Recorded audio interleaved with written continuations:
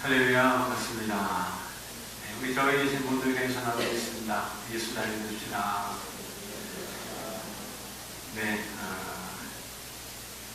소유군단 다시 이어갑니다. 오늘 다룰 부분을 주제를 한번 볼까요? 화면 한번 읽어주시죠. 네, 한번 같이 제가 질문 한번 읽어보겠습니다. 하나님의 신기억에 몇 위가 계십니까? 읽어볼까요? 하나님의 신격에 삼위가 계시는데 성부와 성자와 성령이십니다. 이 삼위는 한 하나님이시며 본체가 하나님이며 본능과 영광이 동등합니다. 오늘 내용이 뭘까요? 네, 삼위일체입니다. 신앙생활 하면서 제일 여러분들이 힘들어하는 주제가 아닐까 싶어요. 그리고 이단들이 제일 많이 또 이렇게 공격하는 것도 일합니다. 삼위일체에 대해서 설명해보라.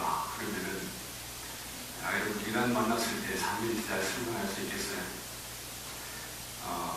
어렵죠. 그래서 오늘도 이 삼위일체를 다루는 여러분들이 다 어려울 수 있겠다 그러는데 저의 고민은 무엇이겠습니까? 쉽게 가르쳐. 그게 제 고민인데 쉽게 될지 모르겠지만은 제가 잘 풀어드리도록 하겠습니다. 빈칸 한번 쳐볼까요? 신앙은?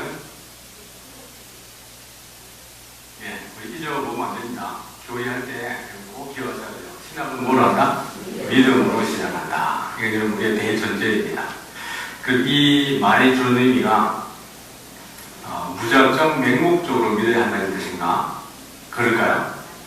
이게 성경을 설명할 수 없으니까 그냥 믿으라고 하는구나.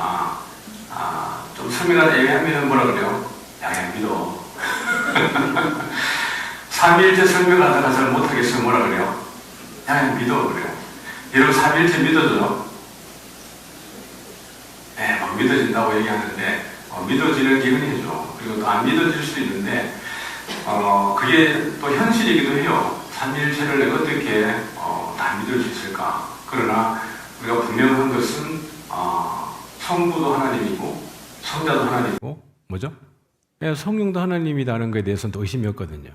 그래서 이제 이 부분을 어떻게 잘 연결시키고 조화시키느냐가 중요한데 참 이런 부분들은 그 신학교에서도 문제가 있어요.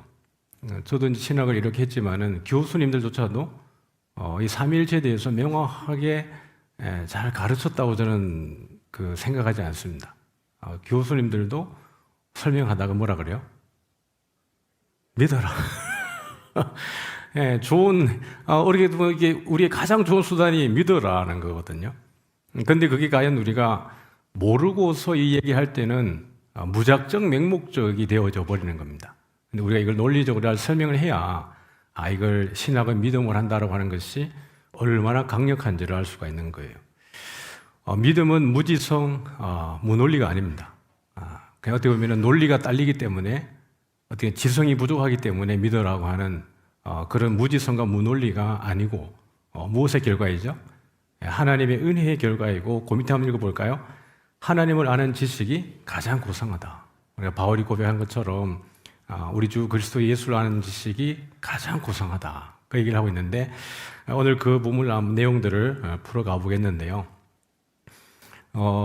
이제 삼위일체는 이단들을 만나면은 거의 10중팔구 이 삼위일체를 가지고 도전합니다. 그러면은 10중팔구는 삼위일체를 설명 못 해가지고 당황하다가 이게 휘청하고 넘어가는 거거든요. 이단을 대할 때의 자세를 보면은 첫 번째는 뭐 하지 않는다? 절대로 논쟁하지 않는다. 두 번째는 뭐죠? 설득하려고 하지 않는다. 이단을 만났을 때에 내가 이 사람을 설득해봐야지. 여러분 애초에 그걸 포기하셔야 된다 아시겠습니까? 처음에 딱 만날 때 저도 신천지 강사들, 구역장들, 지도자들 만나면은 제일 먼저 대화할 때 대전제가 있습니다. 당신이 안 믿을 거 알고 있고 내가 당신 논리 안 믿는다. 그 왜 만나느냐? 당신들이 이야기하는 거에 대해서 성경이 가지고 있는 거를 내가 그냥 당신들한테 설명해 주는 거지 피차 논쟁하지 말자. 이렇게 얘기합니다.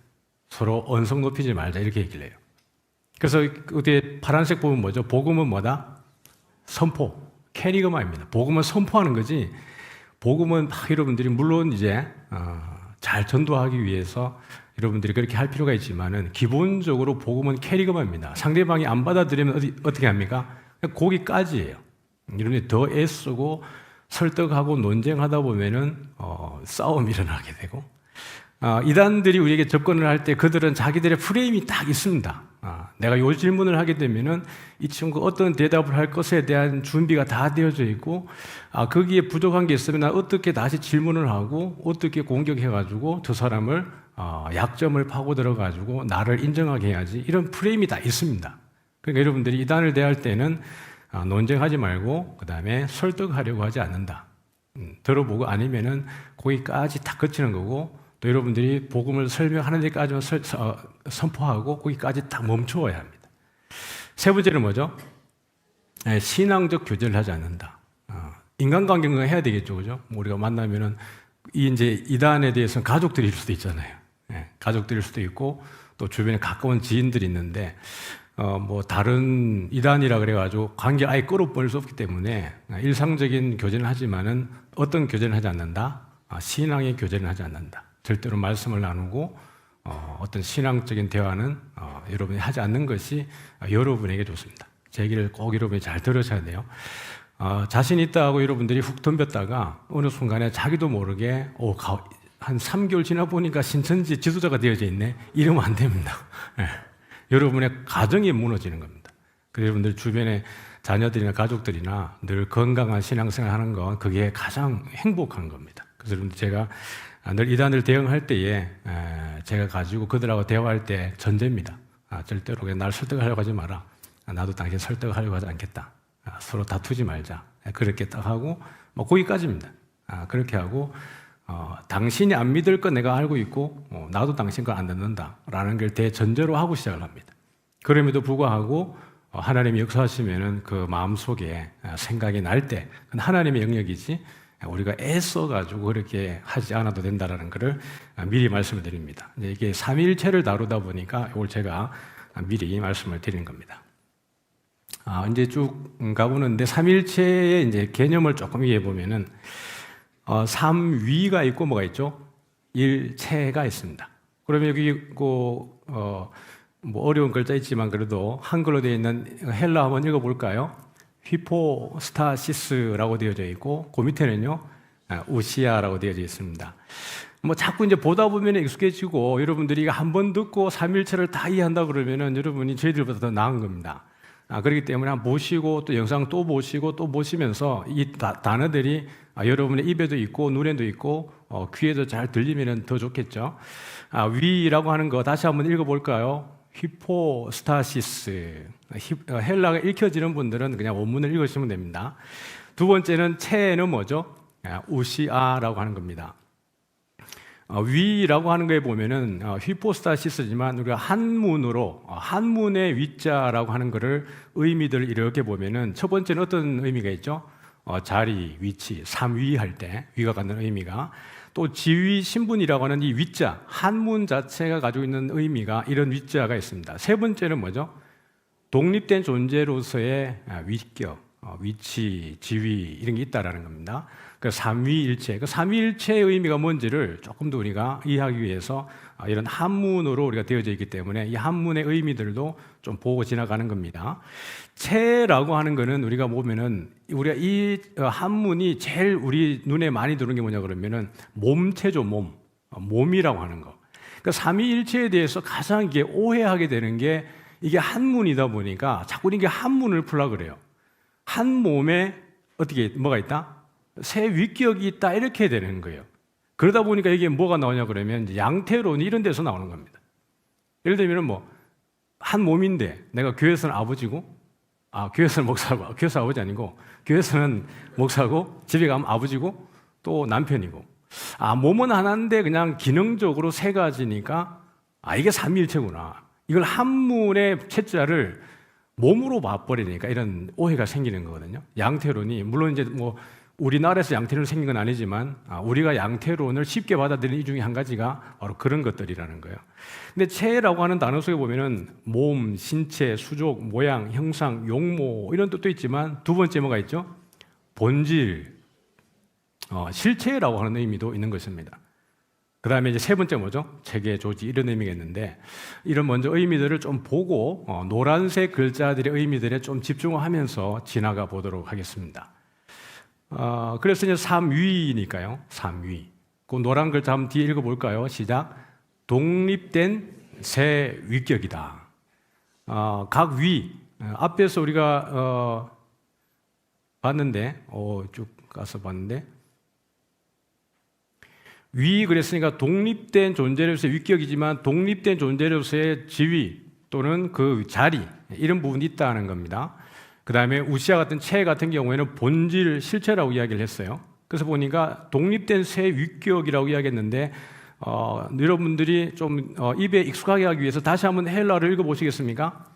예, 히포스타시스. 예, 자꾸 하다 보면 익숙해져요. 여러분도 모르게 자다가 이렇게 자꾸 외우게 돼요. 꿈에도 꿀 수도 있어요. 그러면 좋죠. 이게 뭐 실체, 근본, 독립적인 존재인데 독립적인 존재가 몇 개라는 거죠? 세 개의 독립적인 존재가 있다는 겁니다. 독립됐다는 게 되게 중요해요. 아까 이제 양태론을 이야기할 때 제가 교회에서 목사하고 집에서 아버지고 남편이면은 이게 독립이 돼야 안 돼요? 독립이 안 되죠. 하나 안에 딱 세 개가 갇혀 있는 거잖아요. 그럼 제가 죽어버리면은 예를 들면 제가 죽어버리면은 뭐가 다 사라져요? 예, 남편도 사라지는 거고 아버지도 사라지는 거예요. 독립이 됐다는 것은 예를 드는 거지만 전제를 들어서 하나가 사라져도 두 가지는 어떻게 되는 거죠? 존재한다는 뜻이에요. 두 가지가 사라져도 뭐죠? 하나가 있다는 뜻이에요. 독립된 그 위격이 있다는 의미에서 삼위라고 이야기하는 겁니다. 그래서 그 밑에 한번 읽어볼까요? 성부, 성자, 성령은 각각의 구별되는 위격을 가지고 있다. 그래서 우리가 성부다, 성자다, 성령이라고 이야기하는 거예요. 일체에 대한 개념인데요. 그 뒤에 한번 읽어볼까요? 동일한 본질, 일체, 하나의 본질이라는 의미가 되는데 사실 하나라고 하는 것보다는 우리가 여기 제가 기록된 것처럼 동일한 본질이다. 그 뒤에 헬라 한번 읽어볼까요? 우시아. 아까 그러면은 제가 이제 앞에 있는 체하고 할 때, 일체할 때 체, 본질이라고 하는 앞에 각 위격이라고 할 때 위격에 대해 쓰여졌던 헬라가 뭐였어요? 그거 히포스타시스 맞죠? 따라하면 히포스타시스. 예, 오늘 이게 하다가 요거 정도는 여러분들이 집에 한번 가져가서 이렇게 외워두면 좋죠. 두 번째 동일한 본질이라고 할 때는 뭡니까? 우시아입니다. 우시아. 이 우시아 본질이라고 하는 것의 의미는 영어로 말하면 비동사가 되겠고요. 헬라어로 말하면 에이미 동사. 그럼 비동사는 어떤 동사라 그러죠? 존재 동사죠. 있다, 이다, 존재하다. 그러니까 이 우시아라고 하는 것은 비동사, 헬라어로 말하면은 영어로 말하면 비동사가 되겠고 헬라어가 되면 에임이라고 하는 가장 기초적인 존재 동사에서 나오는 것입니다. 그래서 존재죠. 본질이다. 그게 뭐다? 동일한 본질을 가지고 있다. 밑에 두 번째 화살표 한번 읽어볼까요? 시작. 하나님의 단일한 신적 본질을 가리킨다. 그 밑에는요, 새 위격이 공유하는 동일한 신적 본성. 이게 뭐죠? 한번 뒤에 읽어볼까요? 같이 한번 읽어보겠습니다. 시작. 호모 우시오스. 그 밑에 뒤에는요, 동일 본질이요. 우리가 이제 호모 하는 단어를 많이 들어봤는데 우리가 알고 있는 뭐 호모 사피엔스 이런 거는 이제 이 헬라어에서 나오는 게 아니고 라틴어에서 나오는 거고요. 이 헬라어에서 호모라고 하는 것은 동일하다는 뜻입니다. 호모스는 동일하다라는 것이고 뒤에 보니까 우시아가 아까 뭐였다고요? 본질이라는 거죠. 그럼 본질이 동일하다는 건데 그러면 기본적으로 우리가 본질의 개념을 알아야 될 거 아니에요. 그러잖아요. 제일 헷갈리는 것이 본질이 동일하다 그러는데 그럼 어떤 거를 본질로 봐야 될 거냐에 대한 이 본질에 대한 개념을 잡는 게 되게 중요해요. 우리가 제4문을 했을 때 하나님은 누구입니까? 라고 이야기할 때 비공유적 속성과 공유적 속성에 대해서 배웠습니다. 기억나십니까? 그냥 기억만 나도 돼요. 단어가 기억나세요? 비공유적인 속성이라는 것은 누구만 가지고 있는 속성이라고 그랬어요? 하나님만 가지고 있는. 비공유니까 공유하지 않는다는 뜻이에요. 공유가 되지 않는다는 뜻이거든요. 하나님만이 가지고 있는 속성이 비공유적 속성이고 하나님께서 우리에게 나눠주시고 공유해 주신 속성이 뭐라고요? 공유적 속성이에요.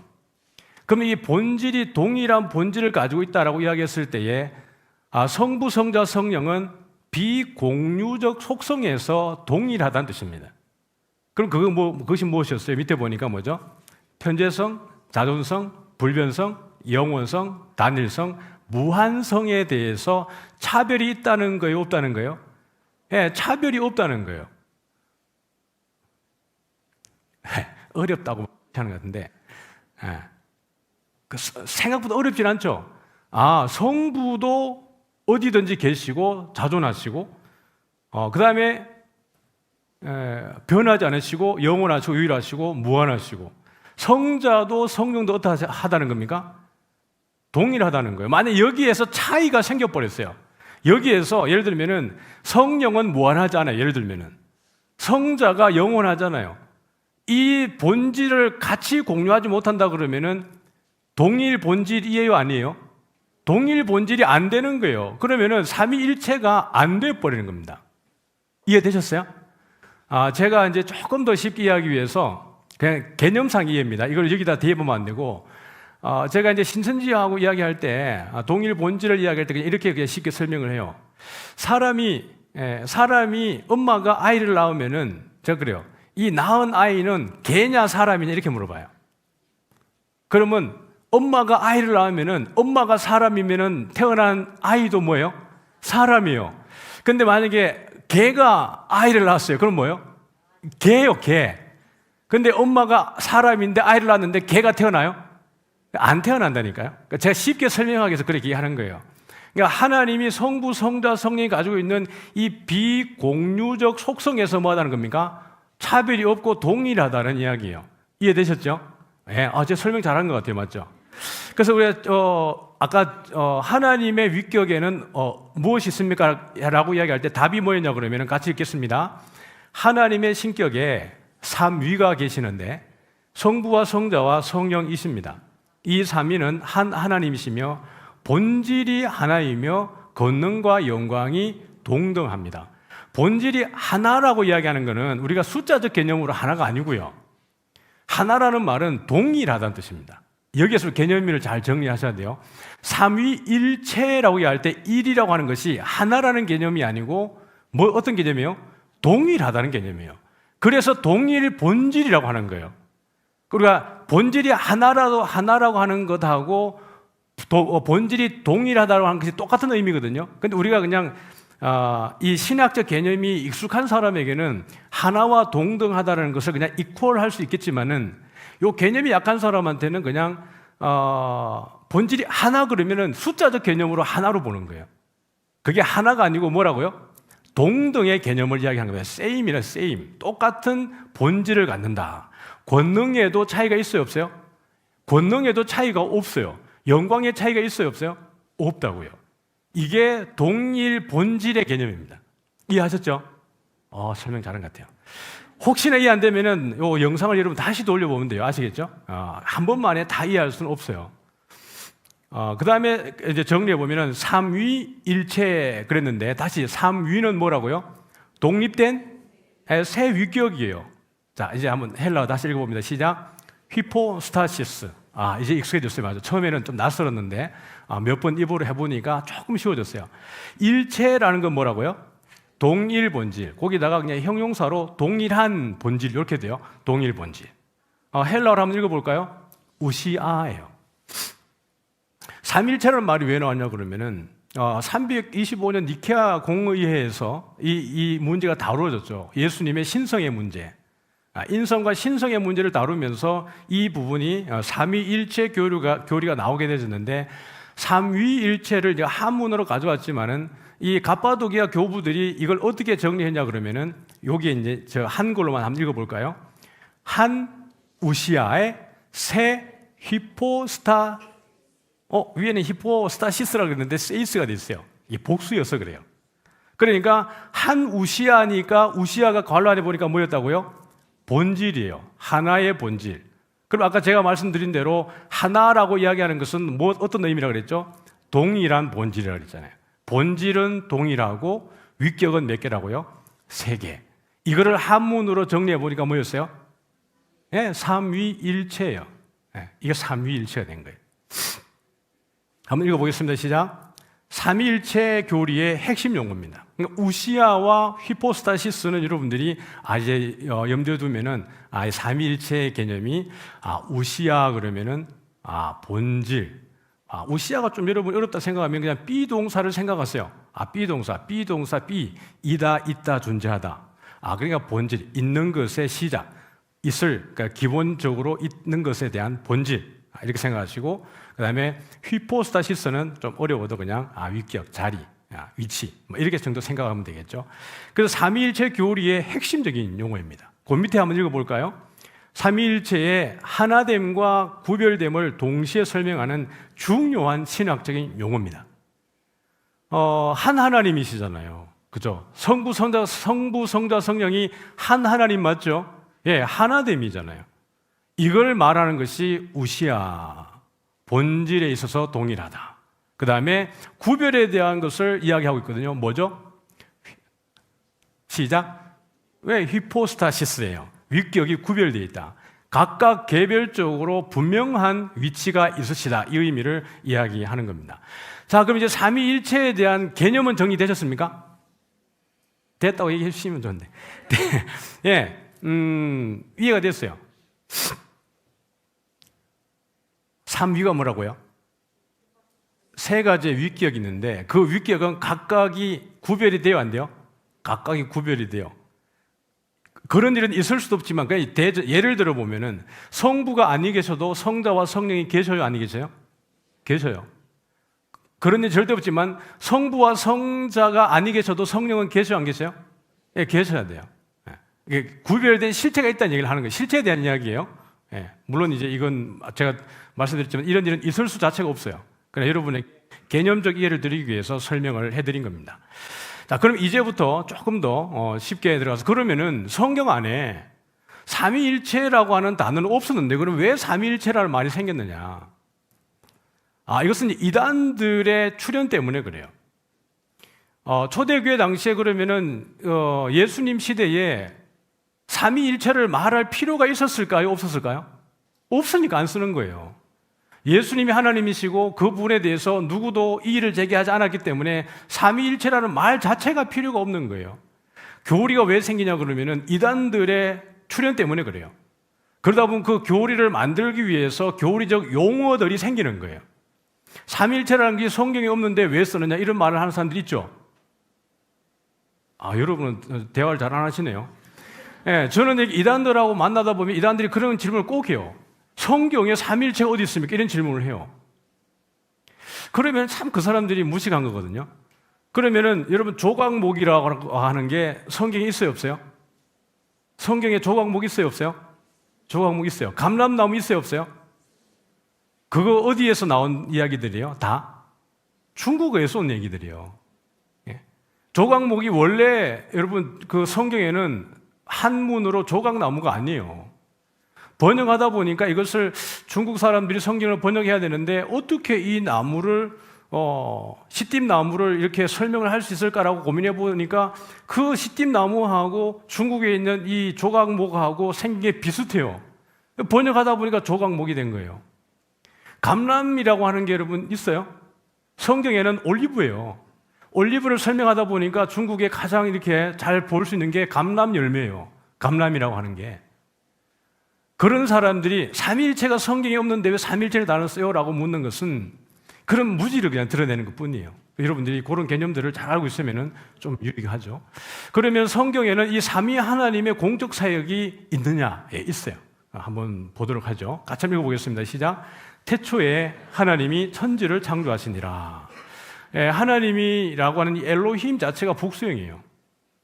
물론 하나님의 절대 권능을 드러내기 위해 쓰기도 하지만 이 자체가 이미 이 단어 속에 엘로힘 안에 하나님의 이 삼위 하나님의 속성이 들어가 있는 거예요.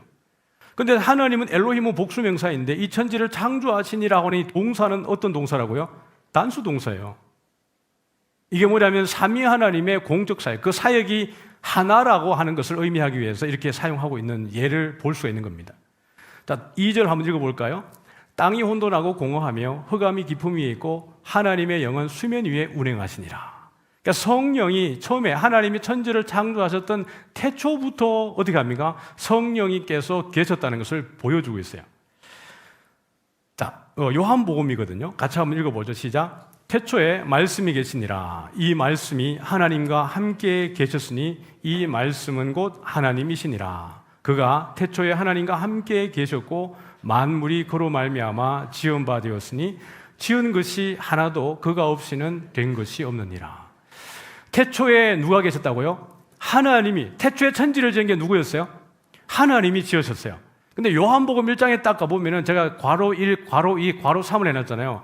요한복음 1장 1절은 문장이 3개라는 뜻이에요. 태초에 말씀이 계시니라가 한 문장이고요. 그럼 태초에 존재하고 있었는데 누가 존재했냐 그러면 로고스가 존재했어요. 근데 이 존재는, 이 말씀은, 로고스는 누구와 함께 있었어요? 예, 하나님과 함께 있었다는 거죠. 성부와 함께 있었다는 얘기입니다. 근데 이 말씀이 곧 누구예요? 예, 이 말씀이 곧 하나님이에요. 이 말씀이 성부란 얘기 아닙니다. 이 말씀이 곧 하나님이시니라.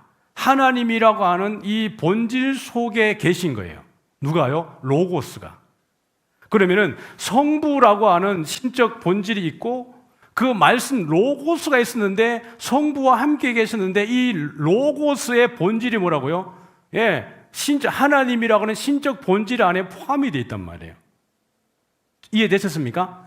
그럼 이건 여러분 나중에 헬라를 공부해보면 알겠지만은 이 데오스하고 이 여기 말하는 이 로고스하고는 다른 분입니다. 같은 이퀄이 아니에요.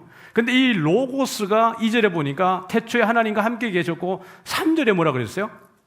예, 만물이 그로 말미암아 지은 바 되었어요. 그러면 지금 요한복음 1장에서 말하는 로고스는 성부예요, 아니에요? 제가 금방 성부가 아니라 그랬잖아요. 요한복음 1장에 나오는 로고스는 누구예요? 예수님이에요. 그러면은 창세기 1장에 보면은 태초에 하나님이 천지를 창조하셨느니라라고 이야기했는데 그분이 성부에게만 국한이 되어 버리면은 요한복음 1장 와 보니까 예수님은 또 다른 하나님이어야 돼요. 맞죠? 창조는 성부가 따로 하고 성자가 따로 해야 되는 영역에 들어가는 거예요. 그런데 요한복음에 와 보니까 이 창조에 누구도 함께 하고 있는 거예요. 예, 로고스가 예수님이 함께 하고 있는 거예요. 그래서 만물이 그로 말미암아 지은 바 되었는데 지은 것이 하나도 누가 없이는요? 예, 로고스가 없이는 된 것이 없어요. 여러분 이 말씀이라는 단어를 잘 기억하셔야 돼요. 여기서 딱 나오고 끝나는 게 아니라 오늘 제가 이 삼위일체를 풀어가는 가운데 이 로고스는 말씀이라고 하는 존재는 되게 중요한 역할을 해요. 자, 그래서 하나님의 공적, 삼위 하나님의 공적 사역 가운데에 모든 천지를 지으시는 가운데에 성부와 성자가 지금 여기에 딱 등장을 했습니다. 성령은 안 보이네요. 잠시 후에 보도록 하죠. 성령은 지금 수면 위에 운행하고 계시는데 다른 분 일하고 계시는가? 예, 잠시 후에 또 제가 살펴드리겠습니다. 자, 그 다음에 보면은 창세기 1장 26절입니다. 같이 읽어보죠. 시작.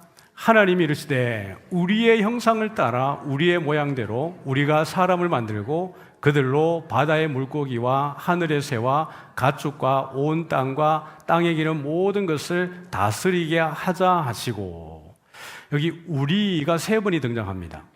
우리라고 하나님이 이르시되 우리가 사람을 만드는데 누구의 형상을 따라서요? 우리라고 하는 존재가 있는 것입니다. 이 개념은 조금 이제 생소하죠, 그죠? 그 다음에 누구의 모양대로? 우리의 모양대로. 누가 사람을 만들고? 예, 우리가 사람을 만들고. 그럼 여기서 우리라고 하는 존재가 하나님이 천사들과 합하여서 우리라고 이야기했을까요? 아니라는 거예요. 그래서 이 우리라고 하는 개념을 한번 읽어볼까요? 성부 시작.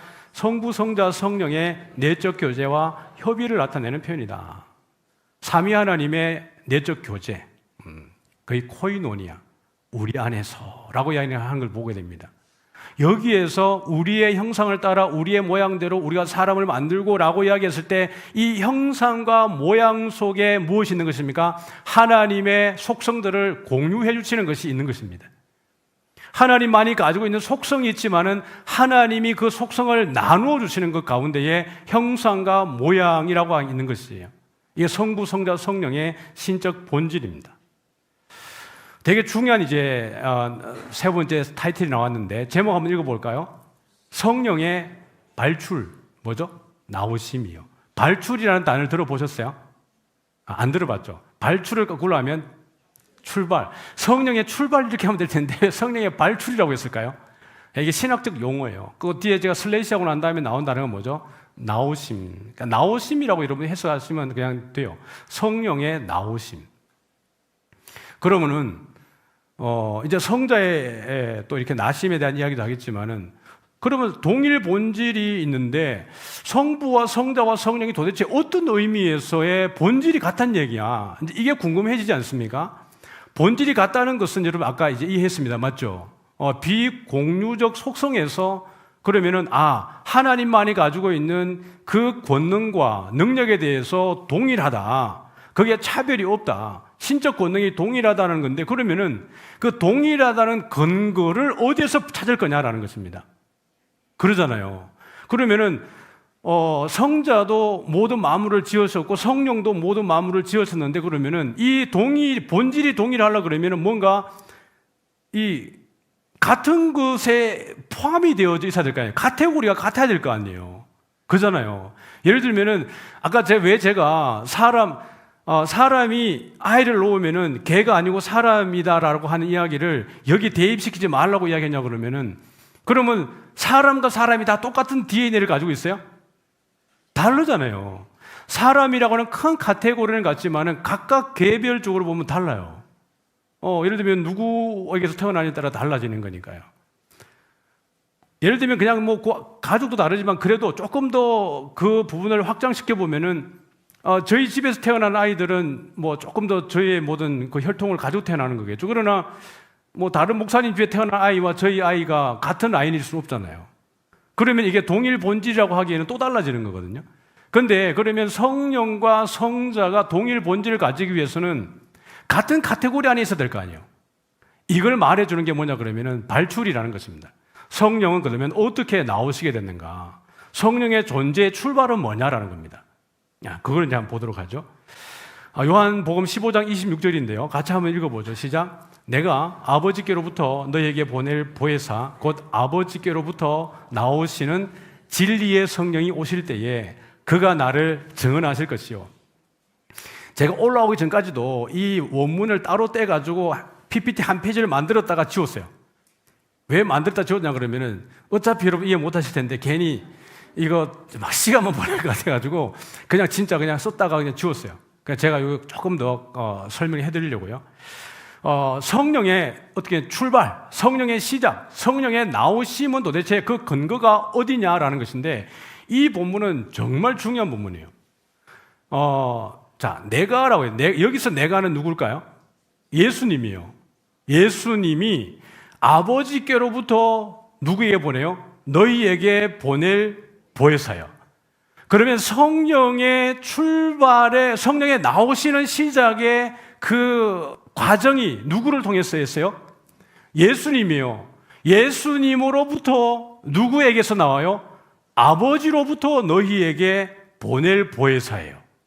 그래서 좀 어려운 단어이죠. 이따 뒤에 정리하지만 어려운 내용이긴 하지만 성령의 발출, 성령의 출발, 성령의 시작은 어디로부터 시작이 하냐 그러면은 바로 성자와 성부로부터 성령은 발출된다라고 얘기하는 겁니다. 그러면은 우리가 생각할 때 시작이 있겠네 그러면은 그러잖아요. 성부가 계시고 거기서도 나오면은 그 시작이 있겠네. 그런데 이게 신비라는 겁니다. 이게 우리가 이해할 수 없는 영역이에요. 우리의 인간의 가치로 생각했던 그 타이밍이라고 하는 것들을 여기에 집어넣어 버리면은 이게 동일 본질이 안 돼 버리는 거예요. 그러잖아요. 그러면 시작이 달라지고 영원성이 달라지고 차별이 생겨 버리는 거거든요. 그렇지 않다라는 것입니다. 이게 이 안에 삼위 하나님의 놀라운 신비라고 이야기하는데 우리의 머리로 도무지 이해할 수 없는 영역이 여기에 들어가 있는 거예요. 근데 그 밑에 보면은 곧 누구로부터예요? 아버지께로부터 뭐 하신 겁니까? 나오시는 이요. 이게 정말 중요한데 왜 제가 이제 이 헬라를 풀려 그러다 말하냐 그러면은 자, 하살표는 보이십니까? 이 하살표는 보이세요? 네. 이게 제가 파란색이 되어버렸는데 저는 색깔을 좀 이쪽에만 생각해 죄송합니다. 그냥 한번 그냥 따라 읽어볼게요. 호, 파라, 투, 파트로스, 핑크빛, 에크, 포류에타이. 어렵지만 너무 중요하기 때문에 제가 이걸 설명드릴 수밖에 없어요. 여기 보면은 여기 파라라고 이야기하는 것은 따라합니다. 전치사예요. 파라인데 뒤에 보면은 투 파트로스, 좀 어렵지만 명사인데 정관사 명사인데 명사에 따르면 소유격입니다. 소유격. 따라해보세요. 소유격. 손해 볼 거 없어요. 명사인데 소유격이에요. 근데 전치사 파라에다가 소유격의 명사가 붙으면은 요 해석할 때 어떻게 해석되냐 그러면은 무엇으로부터예요. 무엇으로부터거든요. 그러면 어떤 출발점의 근거가 되는 거잖아요. 그러면은 파라 투 파트로스인데 여러분 파트로스는 father이에요. 뭐예요? 아버지예요. 그러면 성령의 출발점이 누구로부터라는 거예요? 아버지로부터예요. 예를 들면 아버지가 여기서 야 저리 가 이게 아니고요. 아버지로부터예요. 성령의 발출의 근거가 누구로부터라고요? 아버지 자신에게서부터 나가는 거라고요. 이게 신비한 영역인 거죠. 요 뒤에 좀 제가 또 설명을 드리면 이러면 놀라게 될 거예요. 자, 그러면 이 파라 투 파트로스라는 것만으로도 아버지께로부터인데 뒤에 제가 왜 에크라고 하는 단어를 핑크로 했냐면 그러면은 에크가 전치사인데 접두어인데 이것도 사실은 전치사죠. 두 개 합성을 해놓은 거예요. 전치사와 동사를 합성해 놓은 거예요. 그럼 에크가 갖는 의미가 뭐냐 그러면 무엇으로부터예요. 그러면은 이 단어가 뭐냐 그러면은 사실 이 에크가 필요 없는 접두예요. 왜냐하면은 파라 투 파트로스니까 아버지로부터 뒤에 나오는 포르에타이는 나오다는 거거든요. 근데 여기 굳이 에크를 넣어가지고 에크가 뭐라 그러면은 무엇으로부터예요. 그러면은 무엇으로부터라가 몇 번 나오는 거죠? 2번 나오는 거예요. 되게 중요한 단어를 쓰고 있는 거예요. 성령의 출발점이 누구라고 자꾸 강조하고 있는 거죠? 아버지예요. 그럼 아버지에게서 나오는 성령은 아버지와 본질이 같을까요? 다를까요? 같을 수밖에 없어요. 아버지에게서 나오는 거거든요. 이게 여러분 동일 본질이라고 말하는 것에 대한 되게 놀라운 설명이에요. 그래서 제가 이걸 한번 풀어내려고 그러다가 그냥 접었어요. 그래서 여기 보면은 곧 아버지께로부터 나오시는이라고 이야기할 때 이게 현재형이에요. 이게 보면은 제가 동직, 현, 중수 3단대 있잖아요. 많이 들어보셨죠? 동사, 직설법, 현재, 중간태, 수동태, 3인칭 단수예요. 예. 근데 중요한 건 뭐냐 그러면 여기 현이거든요. 현은 시제예요. 시제가 뭐라고요? 현재라고요. 그러면 성령의 발출은 한 번 나오고 끝이에요? 아니면 지속적으로 계속해서 아버지와 함께 있는 거예요? 성령은 지속적으로 아버지와 함께 계시는 거예요. 분리되어 가지고 그냥 뚜가 빠이빠이 이게 아니란 말이에요. 예, 놀라운 거죠. 그래서 이게 진리의 성령이 오실 때에 그가 나를 증언하실 것이요.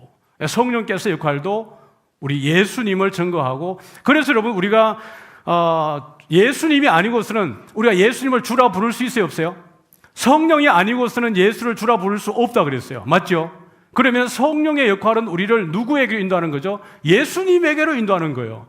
예수님이 뭐라고 말씀하셨냐 그러면은 내가 곧 길이요 진리요 생명이니 나로 말미암지 않고는 아버지께로 올 수 없다 그랬어요. 아버지께로 가는 유일한 길은 뭐예요? 예수님이에요.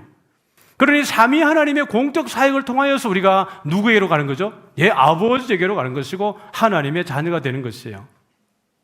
그래서 이제 제가 정리해 놓은 게 이제 이거예요. 전치사 파라, 아까 읽었던 거죠, 그죠? 전치사 파라 플러스 뭐죠? 한번 여러분 읽어주세요. 소유격 명사는 누구로부터요? 아버지로부터. 뭐로부터가 되는데 뒤에 아버지가 붙었기 때문에 아버지로부터가 되는 거예요. 뒤에 에크, 접두어 에크가 있는데 동사와 결합해가지고 합성어를 이루고 있어요. 에크가 무슨 뜻이라고요? 뭐로부터예요. 그 다음에 뒤에 동사가 뭐냐면 나오다거든요. 그럼 아버지로부터 또 아버지로부터 나오는 거거든요. 그 뒤에 밑에 있는 화살표 한번 읽어보겠습니다. 시작. 성자와 성부가 성령 발출의 유일한 권원임을 이중적으로 확증하고 있다. 두 번째는요, 위격적 관계 파라. 되게 중요합니다. 3위라고 했으니까 위가 몇 개라고요? 3개잖아요. 위격적 관계에서의 파라입니다. 누구로부터? 아버지로부터, 성부로부터의 의미에서 위격적인 파라. 존재론적인 발출, 존재론적으로. 누구로부터. 그냥 위격도 있지만 존재론적으로 아버지로부터라고 하는 의미에서 에크를 동시에 표현하고 있습니다. 밑에 작은 화살표 읽어볼까요? 성령의 발출에 대한 완전하고도 정확한 표현입니다. 정말 중요한 겁니다. 이해가 한 번만에 안 되겠지만 여러분 다시 이 동영상을 꼭 보세요. 보셔가지고 삼위일체는 여러분들이 신앙생활 하는 가운데 정말 중요한 겁니다. 이게 이해 안 되면은 정말 여러분 이게 성도들 가운데도 말입니다. 초신자들이나 아니면 성경 공부할 때라든지 또 교제할 때에 난 삼위일체가 안 믿어져. 무조건 믿어. 무조건 믿어라고 하고 되는데 여러분들이 오늘 이걸 배웠으니까 할 수 있으면은 이걸 잘 정리하면은 여러분들이 조금 더 다른 이들에게도 유익을 끼칠 수 있습니다. 그러면 이제 성령의 발출을 본 거잖아요. 그러면 성령께서 아버지께로부터 나왔기 때문에 아버지와 동일한 본질을 가지고 있다 그러면은 아버지의 능력, 아버지의 권능을 어떻게 합니까? 같이 가지고 있어야 될 거 아니겠어요? 그럼 이거 한번 보도록 하죠. 그래서 성령에 대해서는 여러 성경에 보면은 주의 영, 하나님의 영, 전능자의 기운 이렇게 얘기했습니다. 한번 보도록 하죠. 우리 시편 104편 30절 한번 읽어볼까요? 시작. 주의 영을 보내어 그들을 창조하사 지면을 새롭게 하시나이다. 창세기 1장 2절에도 보니까 하나님의 영이 수면 위에 운행하시니라라고 이야기해서 모든 통치를 함께하는 통치적 영역, 보존의 영역, 또 보살핌 돌봄의 영역을 이야기하고 있는데 시편 104편 30절에 보니까 어떤 사역이 함께하고 있습니까? 창조 사역에 함께하고 있습니다. 성령께서도 창조에 함께 동참하고 있다는 것을 볼 수 있습니다. 이게 동일 본질이 가지고 있는 힘인 거죠. 욥기 33장 4절 읽어보겠습니다. 시작. 하나님의 영이 나를 지으셨고 전능자의 기운이 나를 살리시느니라. 동일한 의미입니다. 하나님의 영과 전능자의 기운은 동격입니다. 동의어입니다. 하나님의 영이 나를 지으셨고 전능자의 기운이 나를 살리시느니라. 창조와 생존을 함께하는 것이 성령입니다. 세 번째 시편 33편 6절인데 같이 읽어보겠습니다. 여호와의 말씀으로 하늘이 지음이 되었으며 그 만상을 그의 입 기운으로 이루었도다. 여기서 보면 삼위 하나님의 놀라운 연합이 여기에 드러납니다. 시편 33편 6절은 정말 중요한 내용이에요. 여호와 성부와 아까 제가 말씀에 대한 거 집중하라고 그랬잖아요. 태초에 말씀이 계시니라고 할 때 이 말씀이 갖는 기능입니다. 말씀은 우리 성자에 대한 의미거든요. 그러면 여호와의 말씀으로 하나님으로부터 나가는 이 말씀은 하나의 기운이 아니라 능력입니다. 이게 로고스예요.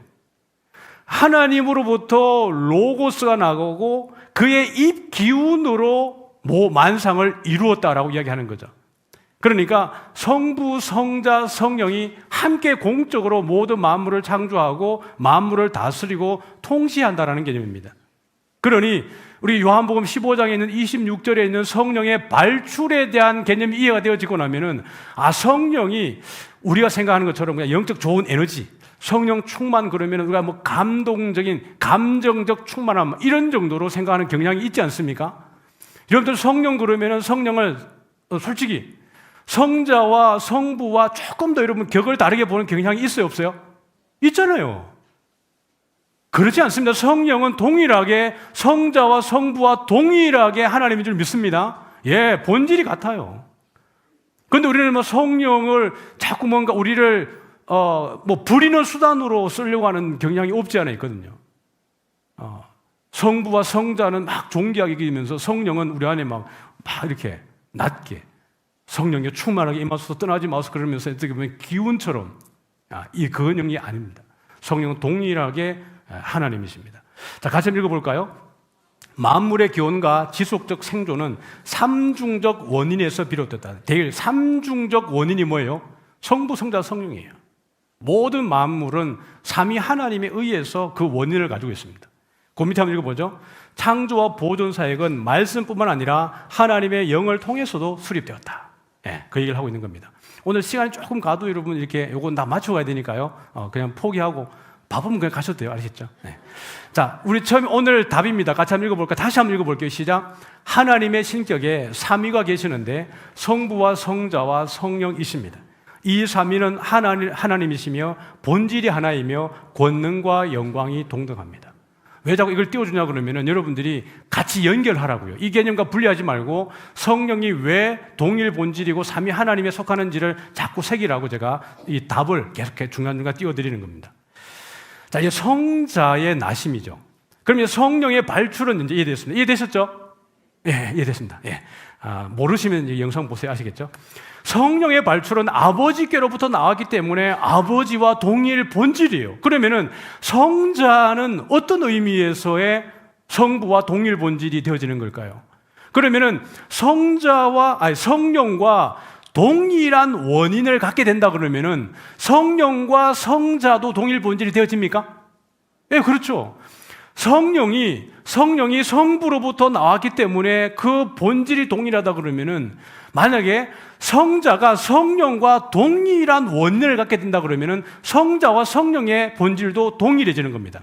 맞죠? 자, 그래서 이제 히브리서 1장을 보면은 5절입니다. 같이 한번 보겠습니다. 시작. 하나님께서 어느 때에 천사 중 누구에게 너는 내 아들이라 오늘 내가 너를 낳았다 하셨으며 또다시 나는 그에게 아버지가 되고 그는 내게 아들이 되리라 하셨느냐. 히브리서 기자는 시편 2편 7절의 말씀을 인용했습니다.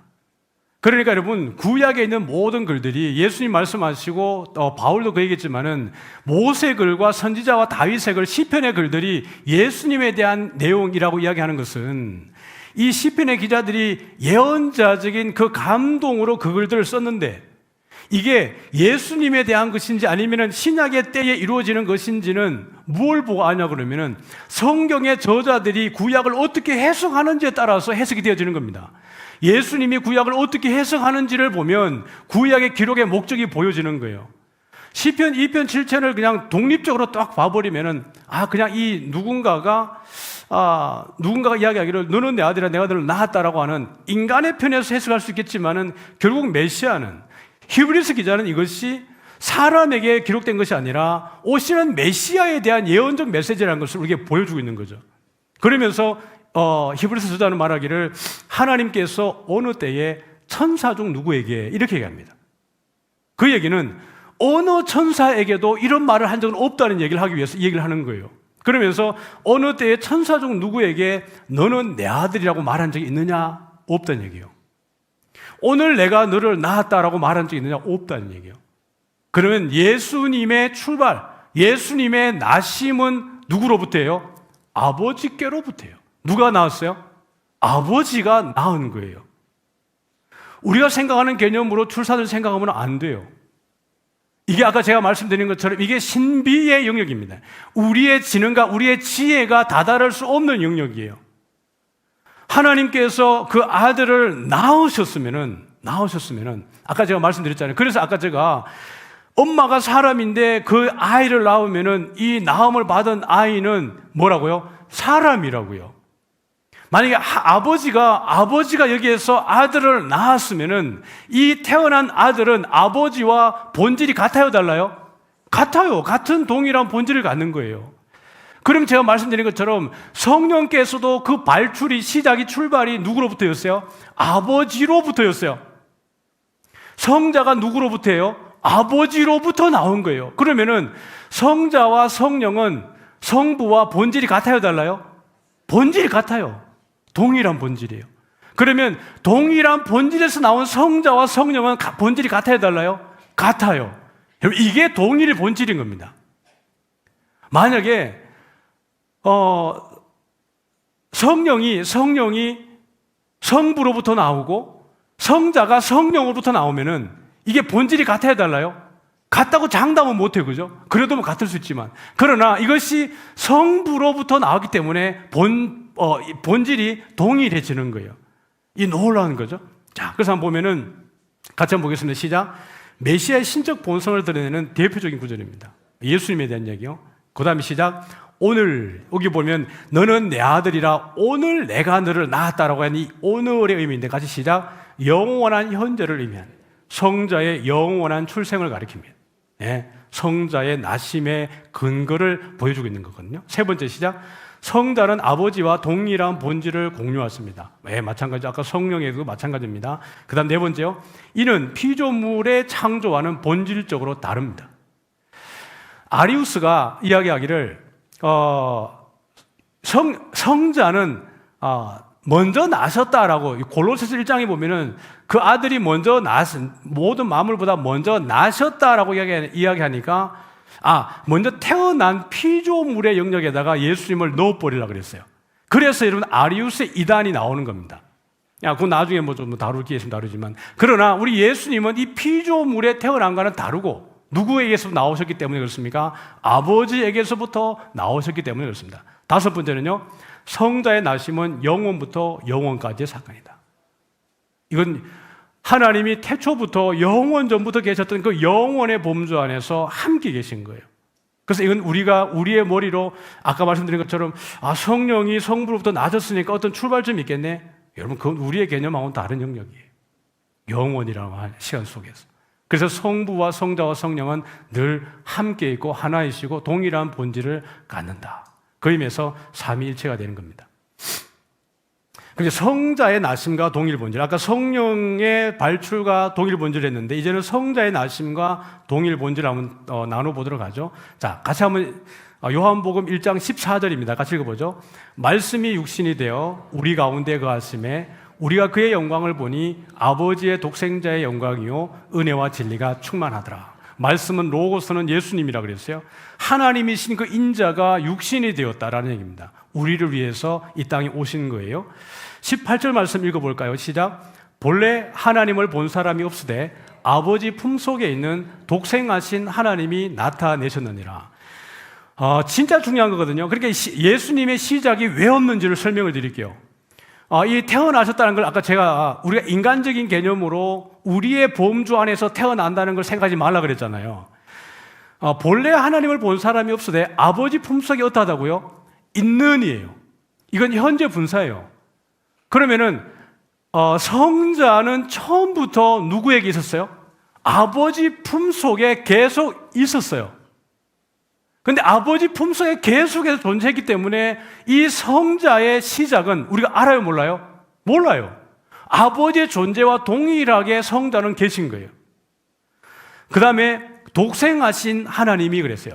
본래 하나님을 본 사람이 없다 그랬을 때의 성부예요, 이 하나님은요. 근데 아버지라는 이 성부잖아요. 아버지 품속에 계속 계시는 누가요? 독생하시는 하나님이. 이게 누구예요? 네, 예수님이에요. 그러니까 요한복음은 정말 중요한 성경이거든요. 예수님은 처음부터 아버지와 함께 계셨고 그분은 처음부터 누구였다고요? 하나님이셨다고요. 독생하시는 하나님이셨어요. 그래서 요한복음 처음에 태초에 말씀이 계시니라, 이 말씀이 하나님과 함께 계셨으니 이 말씀은 곧 뭐라고요? 하나님이시니라 라고 이야기하는 이유가 여기 있는 겁니다. 예. 이 내용만 잘 읽어도 신천지 안 넘어가는데 신천지는 이 부분을 또 다르게 해석해요. 미치겠어요. 예. 성자의 나심, 성자의 근원, 성자의 기원, 이 부분을 요한복음은 우리에게 보여주고 있어요. 그래서 요한복음 1장 아까 우리가 보았던 것처럼 다시 한번 읽어볼게요. 시작. 태초에 말씀이 계시니라. 이 말씀이 하나님과 함께 계셨으니 이 말씀은 곧 하나님이시니라. 시간이 없어 그러지만 사실 여기에 동사들이 전부 다 미완료형이에요. 이게 뭐냐 그러면은 계속해서 계셔왔다는 뜻이에요. 태초에 말씀이 계셔왔다. 이 계시는 것은 어느 한 타이밍에 계시고 그 다음에 많은 게 아니라 이 태초의 말씀의 존재는 처음부터 계속 계셔온 것이었어요. 이 말씀이 하나님과 함께 계셨다고 하는 것도 계속 함께 계신 것이고 지금도 계시고 앞으로도 계실 거예요. 이 의미가 있어요. 이 말씀은 곧 하나님이시니라. 그때도 하나님이시고 지금도 하나님이시고 앞으로도 하나님이세요. 전에도 계셨고 이제도 계시고 장차 오실 요한계시록에 나오는 이 의미가, 요한은 성부에게도 그 워딩을 쓰고 있고 누구에게도 쓰고 있어요? 성자에게도 동일하게 쓰고 있어요. 요한계시록에서 이 어제도 있었고 오늘도 있었고 장차 오실 이라고 하는 이걸 통하여서 나는 처음이요 마지막이라고 하는 이 워딩도 성부에게만 쓰는 것도 아니고 누구에게 같이 쓰는 거예요? 성자에게도 같이 쓰는 거예요. 요한계시록에서요. 그래서 성부와 성자는 본질이 같기 때문에 요한은 그렇게 쓰고 있는 거예요. 놀랍죠? 자, 그 다음에 이제 2절에 보니까 그가 태초에 누구와 함께 계셨어요? 하나님과 함께 계셨고, 전부 여기 나오는 동사들이 전부 다 미완료형이라고 하는 그 헬라의 용법을 쓰고 있습니다. 처음부터 하나님과 함께 계셨다는 것을 보여주고 있어요. 태초라고 하는 영원부터 말입니다. 그래서 삼위 하나님이 동일 본질이다라고 하는 거예요. 다시 한번 읽어보죠. 시작. 하나님의 신격에 삼위가 계시는데 성부와 성자와 성령이십니다. 이 삼위는 한 하나님이시며 본질이 하나이며 권능과 영광이 동등합니다. 본질이 하나라고 하는 것은 본질이 뭐라는 얘기죠? 동등하며라는 뜻입니다. 그의 권능과 영광도 동등합니다. 예. 자, 이제 거의 다 왔습니다. 조금만 더 참아주세요. 자, 예수님의 하나님이심. 성경에는 성령이 하나님이다라고 하는 직접적인 언급은 사실 거의 없어요. 그 사역을 통하여서 성령의 하나님 되심, 하나님과 동일 본질을 나타내고 있지만 성령을 직접적으로 하나님이라고 언급하는 곳은 사실 별로 없어요. 그런데 왜 성경에서 예수님의 하나님 되심에 대해서는 굳이 언급하는 구절들이 생기는 걸까요? 예, 그런 환경 때문에 그렇습니다. 교리가 왜 생겼다고요? 이단들 때문에요. 왜 예수님의 하나님 되심을 신약에서 이야기하게 되냐 그러면은 예수님의 하나님 되심에 대해서 부인하는 이들이 있으니까요. 예수님은 나무에 달려 저주받은 자라고 이야기하니까요. 예수가 하나님인 것을 이야기하게 되는 구절들이 있는 거예요. 자, 20장 요한복음 20장 28절입니다. 시작. 도마가 대답하여 이르되 나의 주님이시오 나의 하나님이시니이다. 예, 이건 직접적인 그냥 증거들이에요. 요한복음 1장에도 시작할 때에도 말씀인 곧 하나님이시니라고 이야기하고 있고 요한복음 마칠 때에도 예수님은 누구라고 맞추고 있어요? 예, 하나님이라고 맞추고 있어요. 요한복음은 예수님의 하나님 되심을 드러내는 책이에요. 그 모든 스토리 속에 예수의 주 되심과 예수의 하나님 되심으로 꽉 차 있는 것이 요한복음이에요. 자, 로마서 9장 5절 바울도 그렇게 이야기했어요. 같이 읽어보겠습니다. 조상들도 그들의 것이요 육신으로 하면 그리스도가 그들에게서 나셨으니 그는 만물 위에 계셔서 세세의 찬양을 받으실 하나님이시니라. 예, 너무 중요한 고백이요. 바울의 고백이에요. 나무에 저주받았다고 멸망시키던 그 예수가 바로 어떻게 합니까? 하나님이라고 바울도 고백하고 있어요. 히브리서 1장 5절이거든요. 1장 8절인데 히브리서 1장 8절 한번 읽어볼게요. 시작. 아들에 관하여는 하나님이여 주의 보좌는 영영하며 주의 나라의 규는 공평한 규이니이다. 이것은 시편 45편 6절을 인용하고 있어요. 시편 45편 6절에는 여기 하나님이라고 나지 않습니다. 근데 여기에 보면 이 히브리서 기자는 아들에 관하여서 누구라고 이야기하고 있어요? 하나님이요 라고 이야기하고 있습니다. 아들의 하나님 되심을 우리에게 보여주고 있는 거예요. 자, 요한 1서 5장 20절입니다. 같이 읽어볼게요. 또 아는 것은 하나님의 아들이 이르러 우리에게 지각을 주사 우리로 참된 자를 알게 하신 것과 또한 우리가 참된 자 곧 그의 아들 예수 그리스도 안에 있는 것이니 그는 참 하나님이시요 영생이시라. 예, 이 거짓 영들이 와가지고 예수의 주되심, 예수의 하나님 되심에 대해서 부정한단 말이에요. 그렇기 때문에 요한은 이야기하기를 이 요한 1서 5장을 마치면서 뭐라 그럽니까? 예수님은 진짜 진실한 하나님이시고 예수님은 영생이라고 정리해주고 있는 것입니다. 성령에 대해서는 그 말하지 않는 이유는 성령에 대해서 그렇게 묻는 이가 따지는 이가 없기 때문에 그래요. 그러나 예수에 대해서는 예수님에 대해서 그 이단들이 또 거짓된 잘못된 그 교리를 가진 이들이 들어와서 이걸 어지럽히기 때문에 예수의 하나님이심을 드러내게 되어지는 것입니다. 이제 진짜 거의 다 왔는데 삼위일체 하나님이 함께 표현된 구절이 있을 거 아니에요. 그러면은 이것이 성부와 성자와 성령의 사역과 기능과 역할들을 따로따로 한 부분을 봤는데 그러면 성경 안에서 삼위 하나님이 함께 표현된 구절들이 있는가? 예, 있어요. 같이 한번 보도록 하죠. 우리 민수기 6장 24절부터 26절입니다. 시작. 여호와는 내게 복을 주시고 너를 지키시기를 원하며 여호와는 그의 얼굴을 내게 비추사 은혜 베푸시기를 원하며 그 얼굴을 내게로 향하여 드사 평강 주시기를 원하노라 할지니라 하라. 여호와는 성부에게만 쓰이지 않습니다. 구약에서 여호와는 성자, 나타난 성자에게도 쓰여지기도 하고요. 또 성령에게도 표현되는 경우들이 있습니다. 그래서 우리 여러분 간혹 예배드려 다른 뭐 집회에 가셨든지 아니면 다른 교회 예배드리러 갔는데 목사님이 축도하겠습니다. 축도를 따겠는데 지금은 우리 주 예수 그리스도를 안 하고 여호와는 내게 이렇게 축도하는 분 보신 적 있으세요? 전혀 없으세요? 예, 다른 교회 갈 필요 없죠, 맞죠? 그러니까 이게 축도할 때 여호와는 내게 복을 주시길 원하고 이렇게 축도하는 분이 계세요. 우리 교수님 가운데도 계시고요. 이것은 삼위 하나님의 표현을 이렇게 하고 있습니다. 그래서 여호와는 내게 복을 주시고 할 때 성부, 여호와는 그의 얼굴을 내게 비추사 은혜 베푸실 성자, 여호와는 그의 얼굴을 내게 향해 두사 평강 주시길 성령에, 여호와의 삼중적 역할과 삼위 하나님의 그 일하심을 민수기에서는 보여주겠습니다. 근데 모든 자손들에게 이렇게 축복하라고 이야기하고 있는 구절이기도 합니다. 고린도후서 13장 13절입니다. 시작. 주 예수 그리스도의 은혜와 하나님의 사랑과 성령의 교통하심이 너희 무리와 함께 있을지어다. 그럼 보세요. 주 예수 그리스도는 뭐죠? 은혜와. 그래서 민수기 6장 25절을 보면 여호와는 그의 얼굴을 내게 비추사 무엇을 베푸시기를 원하며 은혜 베푸시기를 원하며.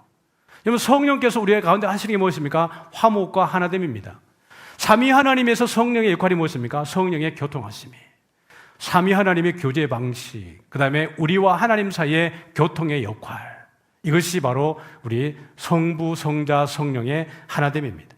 축복할 때, 교회에게 축복할 때 성부와 성자와 성령의 임재를 이렇게 축복하는 겁니다. 예수님께서 제자들에게 마지막에 지상대의 명령을 남기실 때도 하셨는데 마태복음 28장 19절입니다. 시작. 그러므로 너희는 가서 모든 민족을 제자로 삼아 아버지와 아들과 성령의 이름으로 세례를 베풀고, 예? 이 삼위 하나님의 동등한 동일 본질의 은혜로 우리가 세례를 베푸는 것입니다. 한 분도 빠지면 안 되는 거죠. 이제 마지막 구절입니다. 같이 읽죠. 요한계시록 1장 4절부터 5절인데요. 같이 읽어보죠. 요한은 아시아에 있는 7 교회에 편지하노니 이제도 계시고 전에도 계셨고 장차 오실 이와 그의 보좌 앞에 있는 7 영과 또 충성된 증인으로 죽은 자들 가운데에서 먼저 나시고 땅의 임금들의 머리가 되신 예수 그리스도로 말미암아 은혜와 평강이 너희에게 있기를 원하노라. 여기에 보면 여러분 성부, 성자, 성령이 보이세요? 이제도 계시고 전에도 계셨고 장차 오실 이는 누구일까요? 예, 성부에 대한 얘기입니다. 물론 이 부분은 성자와도 연결되어 있습니다. 그러나 이 본문 안에서 보면은 지금 성부에 대한 이야기를 하고 있어요. 그의 보좌 앞에 있는 7 영은 누구일까요? 성령입니다. 성부와 성령과 그 다음에 또 누가 남아있죠? 예수님, 성자인 겁니다. 그래서 오늘 우리는 이 삼위일체에 대해서 조금 오늘은 길게 좀 했습니다. 조금 이해되셨습니까? 예, 지금까지 이런 삼위일체 들어본 적 있어요? 예, 잘 없을걸요 아마. 예, 정말 여러분들이 정말 중요한 동일 본질에 대한 개념이 뭔지를 많이 들어보긴 했는데 어떻게 이걸 설명해야 될지 몰랐어요. 근데 여러분들이 요한복음 15장과 그 다음에 히브리서 1장 5절을 통하여서 아들이 오늘 내가 너를 낳았다라고 하는 이 낳으심에 대한 그 기원이 바로 성자와 성부의 동일 본질을 설명할 때 너무 중요하고요. 그 다음에 아버지께로부터 나오시는 이 진리의 성령이라고 할 때 아버지께로부터 나온다고 하는 이 성령의 발출을 통하여서 성령과 성부의 동일 본질을 보았습니다. 그렇다 그러면은 성자와 성령이 마땅히 본질이 동일하다는 것을 보신 거예요. 그래서 세 위, 성부와 성자와 성령이 있으시고 그 본질은 동일하다라고 하는 것이 무엇입니까? 삼위일체였습니다. 우리 하나님이 오늘도 여러분에게 복 주시고 여러분 이 가운데 삼위일체 믿음이 더 강하게 생겨지기를 주의로 축복합니다. 예, 한 번 듣고 어려울 수 있어요. 그러나 괜찮아. 여러분들이 한번 몇 번 더 들어보시면은 여러분 충분하게 이해하실 수 있고, 제가 오늘 여기에 삼위일체 전체에 나오는 모든 성경 구절들은 다 안 나눠드렸습니다. 이보다 훨씬 더 많으니까요. 그러나 오늘 제가 여러분에게 할 수 있는 가장 짧은 범위 안에서 이렇게 나눠드렸습니다.